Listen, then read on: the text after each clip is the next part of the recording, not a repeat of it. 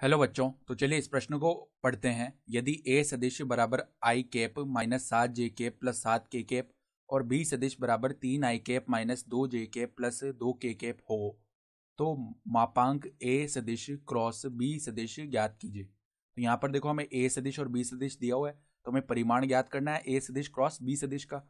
तो प्रश्न में आगे बढ़ने से पहले इस प्रश्न से संबंधित जो मुख्य अवधारणा है उसकी हम चर्चा कर लेते हैं। देखो मुख्य अवधारणा देखो क्या हो जाएगी।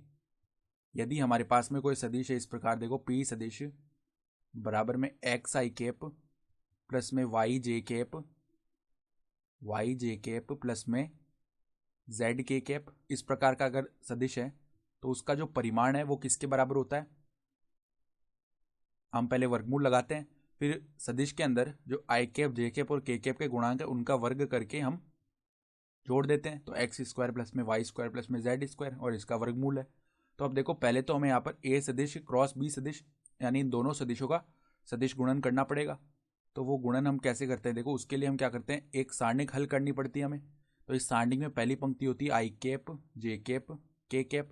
दूसरी पंक्ति में हम क्या करते हैं कि जो ए सदिश है इसमें आई कैप जे कैप और के कैप के जो गुणांक है वो लिख लेते हैं। तो 1 माइनस का 7 और 7 ये है गुणांक। फिर जो तीसरी पंक्ति है उसमें हम क्या लिखेंगे, जो बी सदिश है उसमें आई कैप जे कैप और के कैप के जो गुणांक है वो लिख लेंगे। तो 3 माइनस का 2 और यहाँ पर आ जाएगा 2। तो यहाँ पर देखो इसको हल करते हैं तो इसका विस्तार कर देते हैं पहली पंक्ति के अनुदिश। तो आई कैप और गुणा में क्या आ जाएगा, देखो -7 गुणा हुआ 2 से माइनस का 14। फिर देखो यहाँ पे -2 गुणा होगा 7 से तो माइनस का 14 आएगा, और एक हम सूत्र का माइनस लगाएंगे तो वो प्लस का 14 बन जाएगा। ठीक है।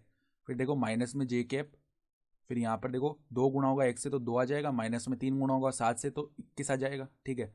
फिर प्लस में देखो के कैप, यहाँ पर गुणा में क्या आएगा -2।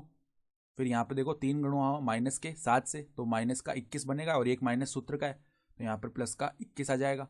यहाँ पे देखो -14 प्लस 14 ये तो शून्य हो गया, अर्थात आई कैप का पद ही नहीं आने वाला। फिर देखो 2 माइनस 21 माइनस का 19 होगा, और माइनस पहले से लगा हुआ है तो ये 19 जे कैप। ठीक है।